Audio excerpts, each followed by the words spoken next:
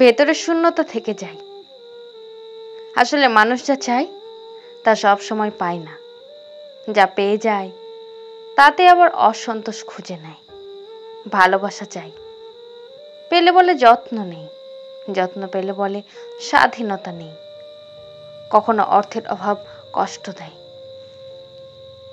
কখনো অর্থ থেকে শূন্যতা কাটে না। মন ভরে উঠলেও ভেতরে শূন্য থেকেই যায়।